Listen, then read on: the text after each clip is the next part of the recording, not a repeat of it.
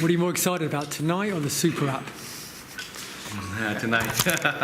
At the end of the day, I'm a fan, right? So with 3 world titles and so much at stake, history, reputations, countries, I mean, this is, I think we're going to have the loudest Singapore indoor stadium we've ever had in history for any sport, literally. It's gonna blow the roof off the stadium tonight. I know you don't want to play favourites, but the ideal scenario for one championship would be a Lee double. No, that's not true. I mean, again, if you look at our heroes, Martin Nguyen is a very close friend of mine too. I really admire him. Same thing as Christian Lee. I really admire him and their values and who they are and what they represent. For me, and Mei Yamaguchi versus Angela Lee as well. I mean, I really admire both of them. So I think, may the best warrior win. It's going to be.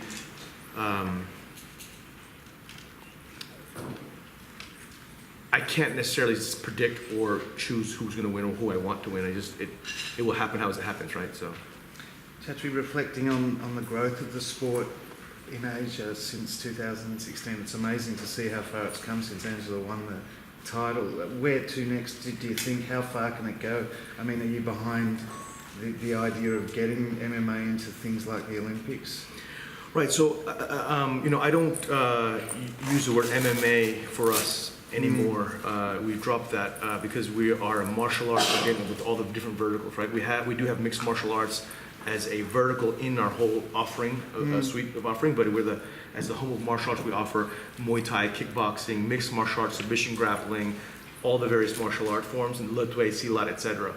And I genuinely, as I said, like when people congratulate me about, wow, you're a unicorn or $1 billion this, $1 billion that, I genuinely look at this and I'm like, this is just very, very beginning of what is to come.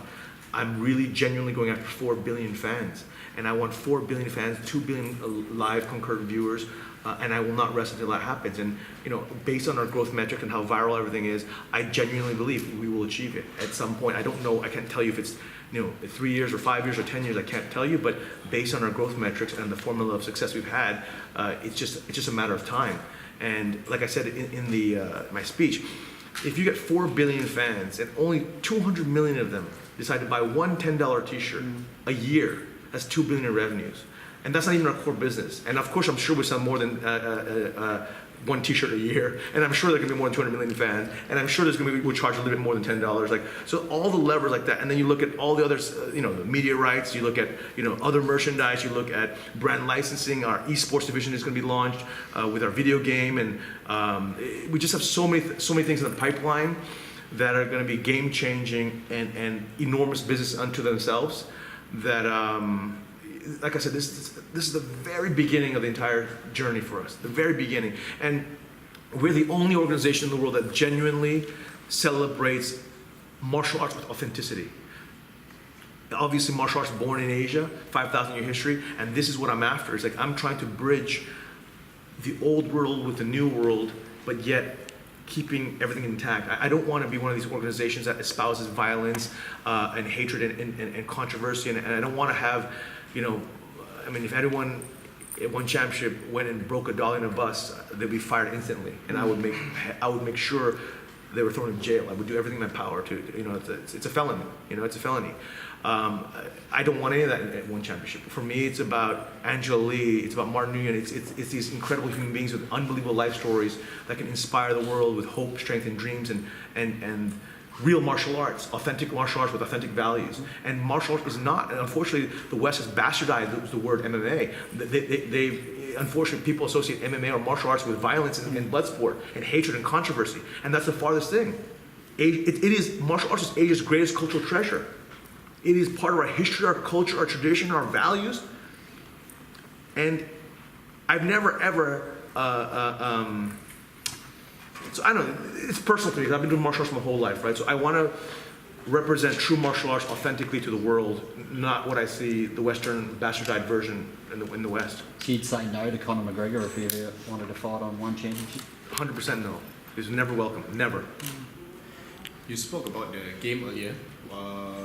When can the fans expect it to be launched?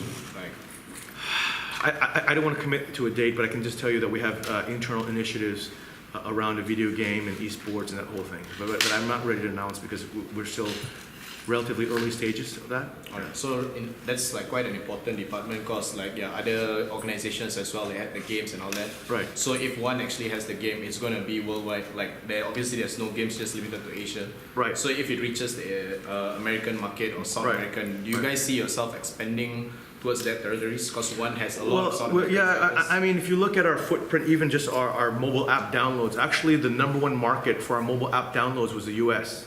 Is the US. That's surprising. I'm just shocked. I'm like, well, but yeah, the US that was the number one country that has downloaded the One Super app. But I genuinely believe, again, Asia being the home of martial arts, One Championship being the home of martial arts, there is no more authentic property to export the content of martial arts in the same way Bruce Lee was in his, in the old days, or Jet Li or Jackie Chan to the rest of the world. Martial arts, again, it's Asia's greatest cultural treasure, and that's what One Championship is celebrating. You How talk was the about ring? Sorry. You're okay. Yeah. How was the ring? Because about 1 month ago, you guys had the ring instead of the cage. Yeah. How was the reception to it? Like in terms of marketing wise and all that. No, our social How was media it? metrics went through the roof. Our TV ratings went through the roof. And again, I think it's people love the fact that One Championship is constantly putting up new kind of interesting angles and new types of products, if you will, for the fans. We had Shinyaoki versus Gary Tonnen last year. We had lightweight fights, and this year we have kickboxing with Georgia Petrosian. And so again, the idea is for all martial arts fans to be able to enjoy all types of martial arts, but real authentic ones, right? And One Championship, One Super Series is literally the number one striking organization in the world. Our athletes are far more credentialed than Glory or any other organization, and we built that in 60 days. So that just gives you the power of One Championship brand and One Championship platform now, and for athletes, they all want to join it. So it's the very beginning. I can just tell you that right now, when I look at what's in my office, all the projects we're working on, I genuinely feel like this is day one of One Championship story. So fans can expect more belts coming in because now tonight. Right, is right, for sure. I mean, One Super Series, okay. right, yeah. One Super Series will have its own, and eventually when we scale from 24 events to 52 events in the next 3 years, you'll see that we'll have standalone One Super Series events. So, yeah, again, we have so many things in the pipeline that are going to shock the world, and that's why I'm very confident we're going to overtake NFL in the future. Very confident. You spoke about not really having much of a foothold in North America, Brazil and Right. Australia, and you've obviously branched people out in your leadership Right. team in order to build sort of your Right. brand there. What else can you do because they're going to be tough markets to break into? Yeah, sure. So, again, I am not looking from a pure event perspective. I'm not looking to break into North America or Brazil or Europe. That's, my vision is 52 events in Asia, like NBA is in the States, right? And just like traveling in each city and allowing the fans to taste, feel, and touch the experience. And then throughout the year have 52 events. So every weekend you're excited to watch and you're excited to follow your heroes. And of course, our broadcast footprint going from 136 countries to 194 countries over the next 3 years. We will announce a U.S. deal soon. That's in late stages of discussion right now. We already have a TV deal in Brazil. So we have fans all over the world already. But again, our focus is here because 4 billion people. And the Super Series, the success of that's been great this year. How happy are you with the way that's going? I know I was coming to you. Yeah. Now I don't want to. Yeah, I'll just tell you that our inbox, Matt Hume, our VP of Competitions inbox, is flooded by the world's greatest kickboxers who are working for other organizations. Can't wait to get out of the contracts, right? And again, I think One Super Series has been a smashing success. Because it's genuinely the largest platform. We're much larger than Glory is in terms of our footprint and the product offering and the experience and social media metrics and exposure an athlete would get, right? And obviously we pay head and shoulders above Glory as well. So it's just a matter of time. I mean, Slightly off topic, but Scott Coker mentioned a while back that he would be open to a fight with Ben Askren and Rory McDonald.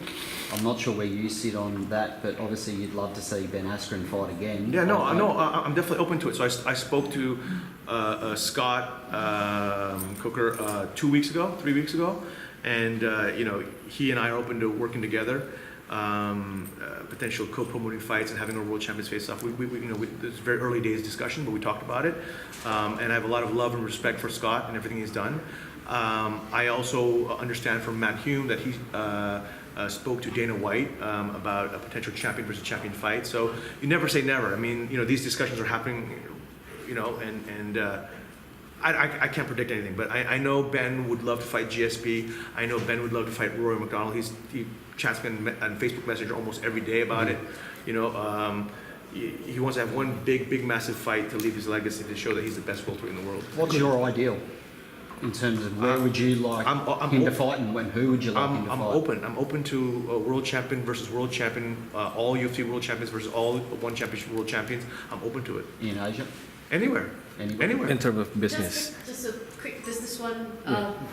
Do you need any more funding at this point, you think? No, our balance sheet is bigger than most broadcasters in Asia already. So we have massive balance sheet. We even announced some new investment groups that have come in. We will probably announce that in the coming weeks. Chatri, can I follow up on that? Last year you had a great round with Sequoia, which I think was groundbreaking for a sports media company. Right, it's the first investment by Sequoia, right? And with Mission. Right. Out of Singapore, you had a great round. Right. And then just recently there was an article that pegged you guys at $1 billion valuation. I haven't heard you confirm that.